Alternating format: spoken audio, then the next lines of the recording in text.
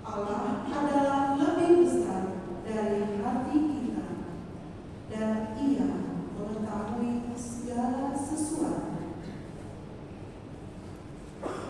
Saudara-saudaraku terkasih, jikalau hati kita tidak menuduh kita, maka kita mempunyai keberanian penuh iman untuk mendekati Allah. Dan apa saja yang kita minta dari Allah, kita peroleh daripadanya, karena kita menuruti segala perintahnya dan berbuat apa yang berkenan kepadanya. Dan inilah perintah Allah itu,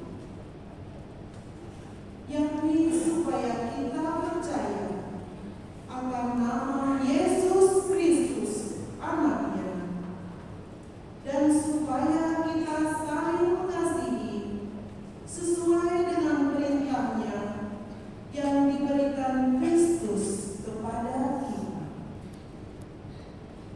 Barang siapa menuruti segala perintahnya, ia diam di dalam Allah dan Allah di dalam dia. Dan beginilah kita ketahui bahwa Allah ada di dalam kita, yaitu dalam Roh yang telah Dia karuniakan kepada kita. Demikian sabda Tuhan. Syukur kepada Allah.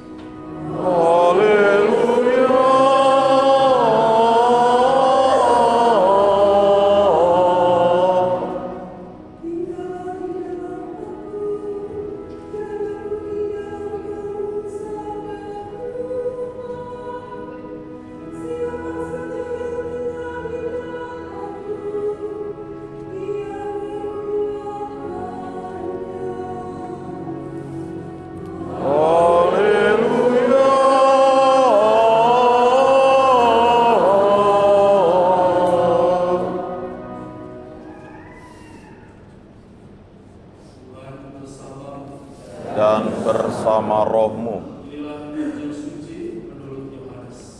dimuliakanlah Tuhan.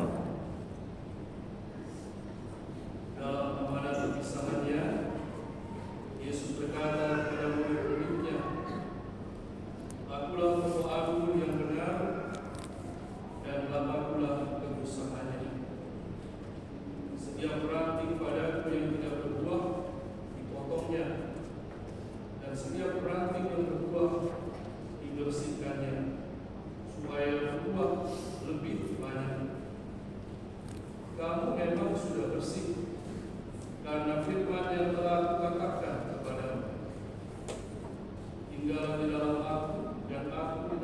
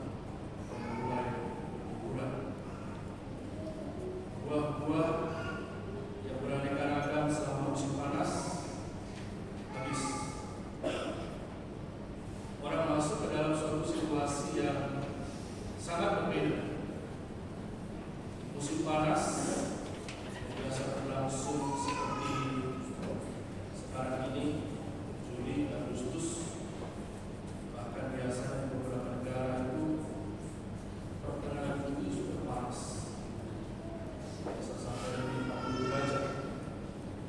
Suasana di mana musim panas orang bergembira, orang tinggal di pantai, meninggalkan pekerjaan, libur, sekolah, libur, kampus, libur, banyak bahkan di rumah sakit juga.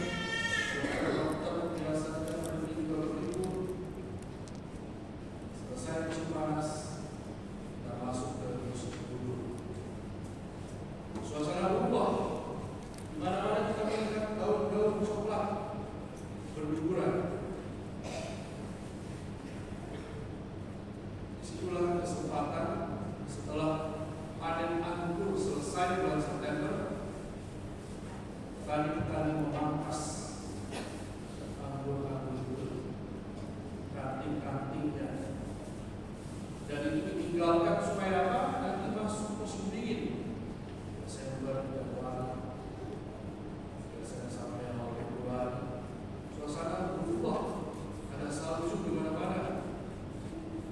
Kemudian setelah itu muncul yang disebut dengan musim semi. Orang kembali bergembira, bersukacita, suhu temperatur tidak lagi terlalu dingin, tidak belum juga panas. Bunga-bunga di mana-mana mulai muncul, bahkan dari rumput-rumput sederhana bisa lihat muncul aneka jenis bunga yang indah. Pada saat itulah anggur mulai bertunas. Dia yang sudah melewati musim gugur tadi, lewat musim dingin, sekarang dia mulai bertunas dan mulai nampak cikal bakal buah yang nanti setelah lewat musim panas akan dipanen bulan September biasa. Pesta yang ditutup panen anggur. Para petani akan memetik anggur itu dan berhari-hari mereka di sana mengumpulkan anggur dari kebun terluas. Sebagian besar dibawa ke pabrik tempat di mana anggur itu diperas dan nanti menjadi anggur seperti yang kita kenal.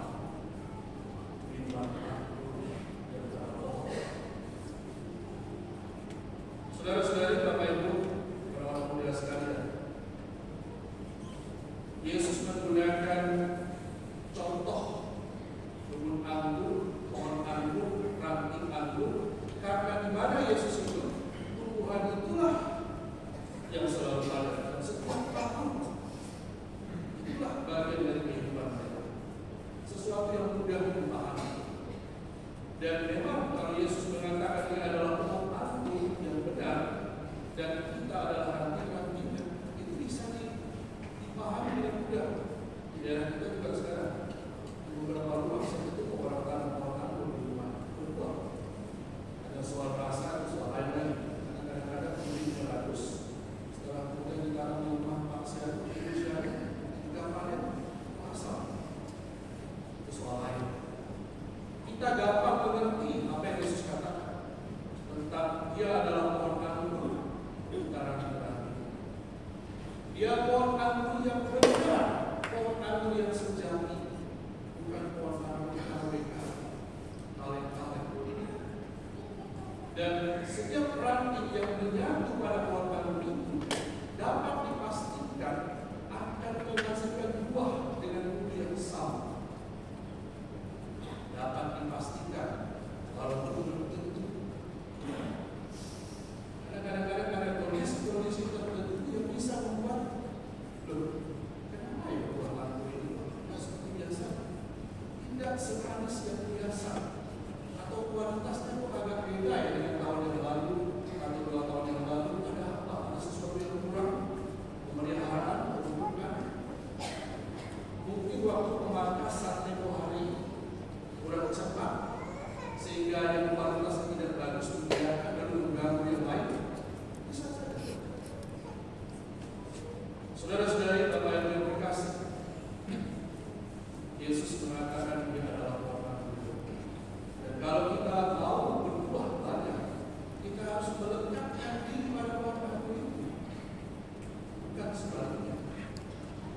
Kadang-kadang karena faktor tertentu tidak sengaja, mungkin karena kenakalan anak-anak atau pihak yang tertentu, kalian berhubungan bisa saja terjadi rantai itu terputus dan mohon maaf.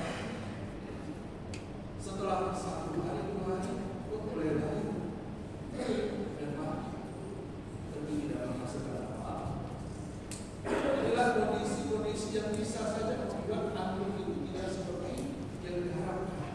Walaupun pohonnya itu berkualitas tinggi, kualitas super, tapi karena ada faktor-faktor tertentu di sekitarnya, bisa saja bahwa ranting itu terputus atau dililit oleh tanaman-tanaman lain, akar dan sebagainya, yang membuat pertumbuhannya tidak normal, yang membuat buahnya tidak sebagus seperti biasa. Saudara-saudari, Yesus mau supaya kita semua selalu mendekatkan diri pada sang pohon anggur itu, yang tidak lain adalah dirinya sendiri. Dan untuk bisa melekatkan diri pada pohon anggur itu diperlukan kondisi-kondisi tertentu, pemeliharaan, pengawasan, supaya apa? Jangan kita sangka bahwa kita masih melekat pada pohon itu, tetapi karena faktor-faktor di sekitar kita sudah terlepas, terputus, kita menjadi kering, ranting yang tidak berguna, nanti ditimbulkan dan dibakar oleh pemilik itu alas. Kadang-kadang kita mungkin menyangka bahwa karena kita merasa kita percaya kepada Yesus adalah pohon anggur yang benar, ketika dulu kita berdiri dia sebagai pokok kehidupan kita pikir selamanya akan beres-beres saja. Tentu itu tadi contoh-contohnya kondisi alam, kondisi sekitar yang tanah tempat di mana anggur itu bertumbuh dan berkembang. Bisa saja seiring berjalannya waktu dari tahun ke tahun terjadi pergeseran tanah tersebut. Apa yang dulunya subur sekarang tidak lagi, iklim dan sebagainya. Ini mau menggambarkan bagaimana hidup kita semua orang saudara-saudara. Harus selalu rajin juga check up, cek kondisi. Masihkah saya melekat pada pohon anggur yang benar, yaitu Yesus, yang menjamin bahwa dari diri saya akan lahir berbuah, buah-buah yang diharapkan, buah-buah yang manis, berdas, bermutu, berkualitas. Zaman sekarang banyak jenis tanaman yang katanya bagus, katanya berkualitas, tapi kalau kita tidak teliti, disambungkan ke situ, nanti tiba-tiba hasilnya berubah. Kan sekarang banyak teknologi pertanian yang canggih-canggih kan, pohonnya sendiri, lalu kemudian ada jenis ini, dari bunga-bunga juga kita bisa lihat sekarang kan, jenis bougainville misalnya. Lalu dalam satu pot, satu pohon, mangga dan sebagainya sekarang bisa saja dalam satu pohon ada banyak cabang dengan rasa yang berbeda, kualitas yang berbeda. Kita bisa saja tanpa sadar sudah ganti pohon. Kita sangka bahwa kita masih melekat pada pohon utama yaitu Yesus. Lalu pada karena faktor tertentu, ada tangan-tangan tertentu yang memindahkan kita, menempelkan kita pada pohon yang lain. Pohon yang membuat kita tidak berbuah, pohon yang membuat kita mungkin berbuah tapi kualitasnya rendah, atau malah menimbulkan buah yang berbahaya, yang meracuni orang yang mengerti buah itu. Gambar yang dipakai oleh Yesus, Bapak Ibu, saudara-saudari, teman-teman sekalian,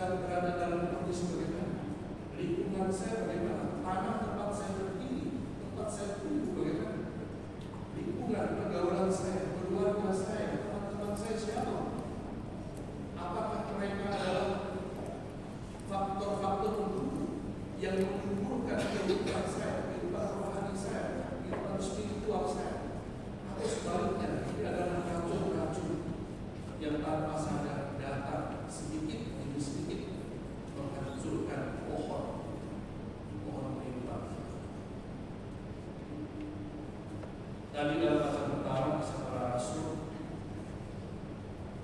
diceritakan atau kita dengar baik-baik, sangat menarik. Paulus yang sebelumnya bernama Saulus terkenal dulu sebagai orang yang membunuh Kristus. Kemudian dia dibaptis, dia bertobat, dia mulai bergaul dengan orang-orang pengikut Kristus yang lain. Tadi dikatakan apa? Mereka takut. Jangan-jangan dia masih seperti yang mengejar kita, menatap kita, memasukkan kita ke dalam penjara.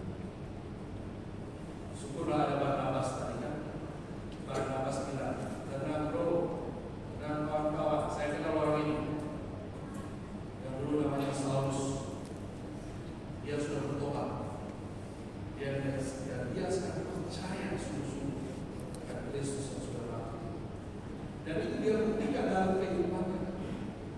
Dan itulah yang tadi kita dengarkan. Kemudian Paulus diterima. Tidak mudah memang.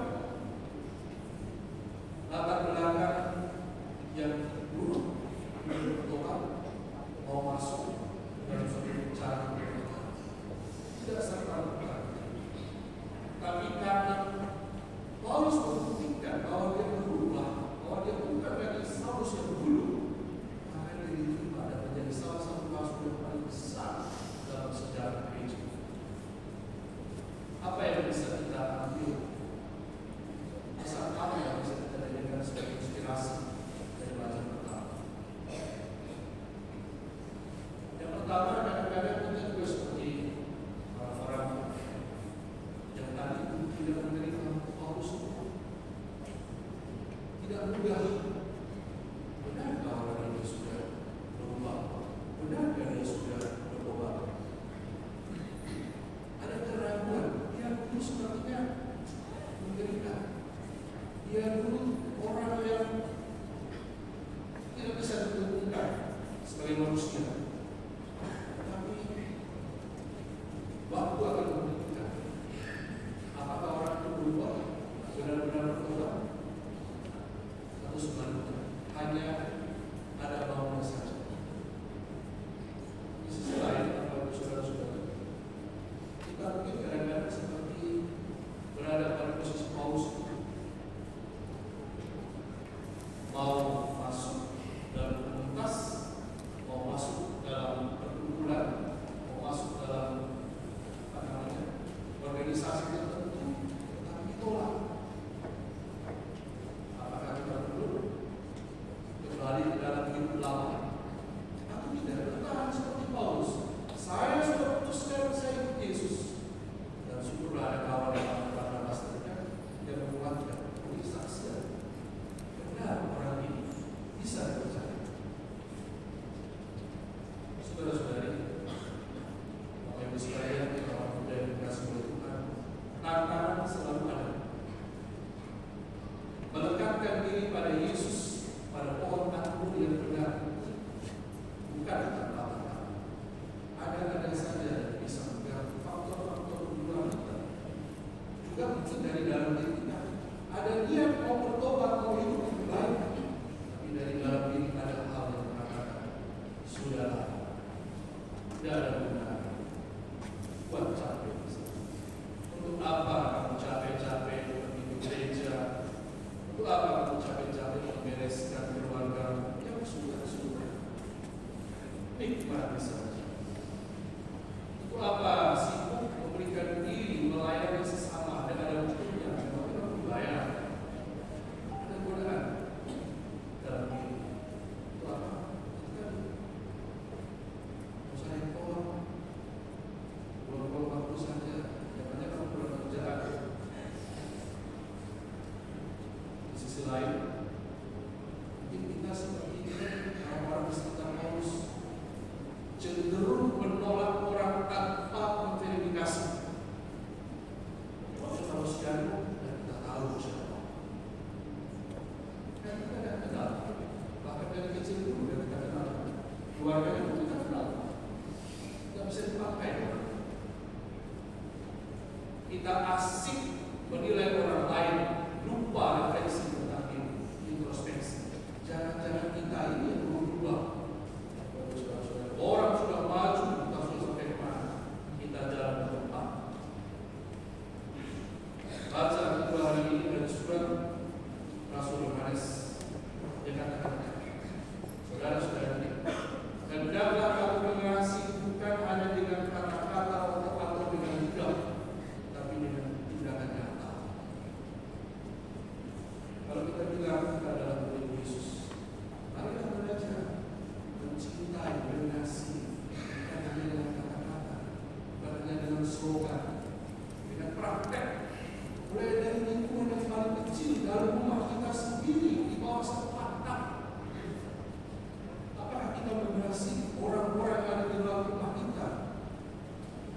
saling menghormati orang tua kita yang sudah melahirkan, mendidik, membesarkan, walaupun mungkin mereka banyak kekurangan. Orang tua juga begitu. Apakah menghormati anak-anak mereka sendiri, walaupun mungkin anak-anak itu belum mengerti apa-apa, tapi mereka adalah manusia. Mereka adalah makhluk yang diciptakan Tuhan di tengah keluarga kita. Kadang-kadang mungkin kita orang-orang dewasa yang memandang anak-anak itu sudah mata. Apakah kita mengasihi dengan praktek atau slogan saja? Saya mengasihi anak saya mencintai orang tua saya, mertua saya, menantu saya. Prakteknya, kalau kita memang mau melekat pada Yesus sang Tuhan, mari kita tidak melakukan saudara-saudara. Ini adalah perjuangan kita bersama. Kami juga para pastor dari hari ke hari berjuang untuk setia melekat pada Yesus. Kita semua punya kelemahan yang sama, sama-sama belajar, sama-sama mengakui, sama-sama hati waspada. Jangan-jangan tempat mana kita berdiri sudah ada banyak hal yang mengganggu manusia, yang meracuni hidup kita, sehingga kita tidak menghasilkan buah seperti yang kita harapkan. Tetaplah mendekat pada Yesus, pokok kamu yang benar. Dalam nama Allah, Amin.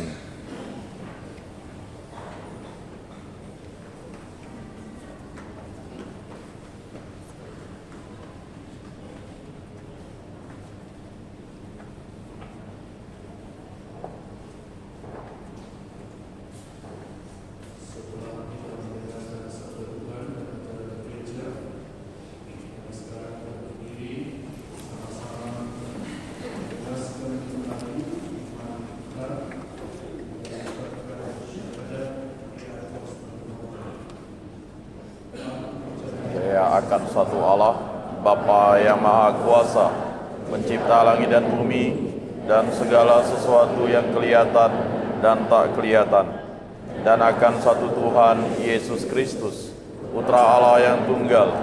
Ia lahir dari Bapa sebelum segala abad, Allah dari Allah, terang dari terang, Allah benar dari Allah benar. Ia dilahirkan, bukan dijadikan, sehakikat dengan Bapa. Segala sesuatu dijadikan olehnya. Ia turun dari surga untuk kita manusia dan untuk keselamatan kita. Ia dikandung dari Roh Kudus, dilahirkan oleh perawan Maria, dan menjadi manusia. Ia pun disalibkan untuk kita waktu Pontius Pilatus. Ia menderita sampai wafat dan dimakamkan. Dan pada hari ketiga ia bangkit menurut kitab suci, dan ia naik ke surga, duduk di sebelah kanan Bapa. Ia akan kembali dengan mulia, mengadili orang yang hidup dan yang mati. Kerajaannya takkan berakhir. Aku percayakan Roh Kudus, Ia Tuhan yang menghidupkan. Ia berasal dari Bapa dan Putra, yang serta Bapa dan Putra disembah dan dimuliakan. Ia bersabda dengan perantaraan para nabi. Aku percayakan gereja yang satu, kudus, katolik, dan apostolik. Aku mengakui satu pembaptisan akan penghapusan dosa. Aku menantikan kebangkitan orang mati dan hidup di akhirat. Amin.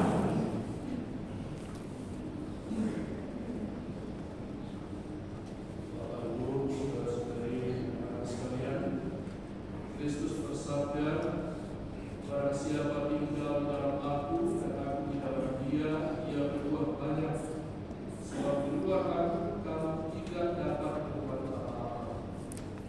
Marilah kita memanjatkan Tuhan kepadanya. Tuhan berkenan tinggal dalam kita, dan yang memperkenankan kita tinggal di dalamnya.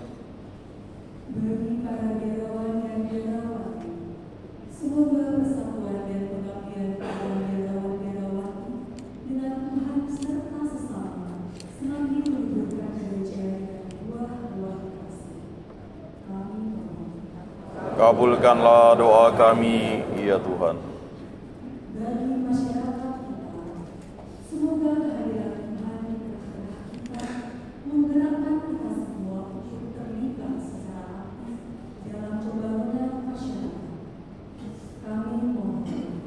Kabulkanlah doa kami, ya Tuhan. Bagi mereka yang kelaparan, semoga orang-orang yang sedang dilanda kelaparan memperoleh anugerah penyertaan Tuhan melalui kasih orang-orang yang dengan tekun berusaha untuk mencukupi kebutuhan pangan bagi mereka. Kami mohon. Kabulkanlah doa kami, ya Tuhan. Bagi kita semua, semoga kasih Tuhan membangun kita menjadi umat cinta kasih, yaitu umat yang terbuka terhadap segala yang baik dan yang menghasilkan buah kebaikan serta cinta kasih. Kami mohon. Kabulkanlah doa kami, ya Tuhan.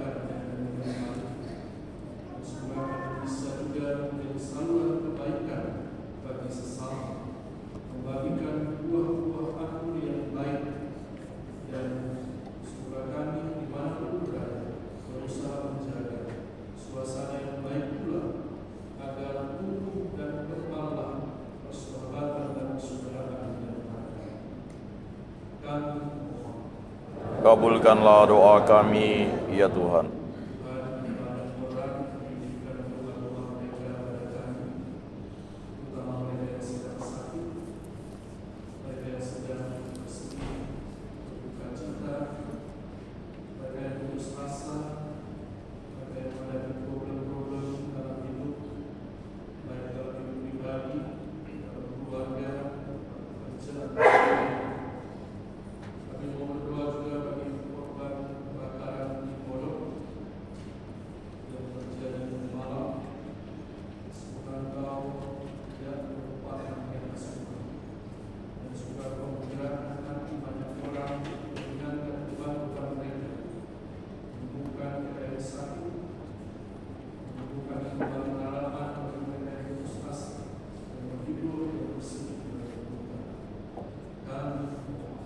Kabulkanlah doa kami, ya Tuhan.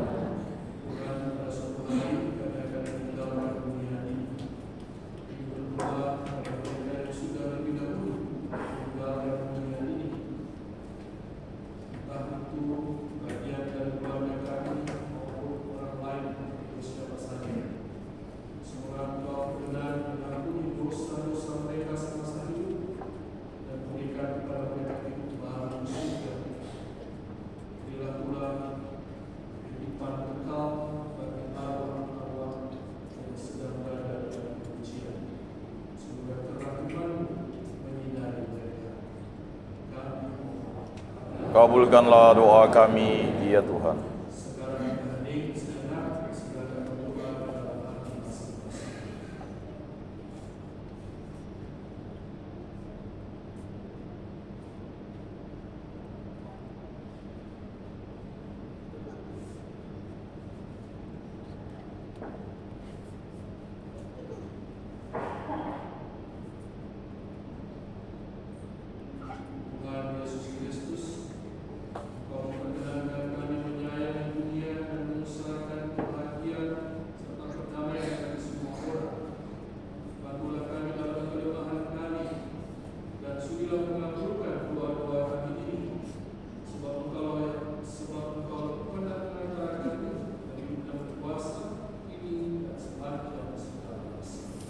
Amin.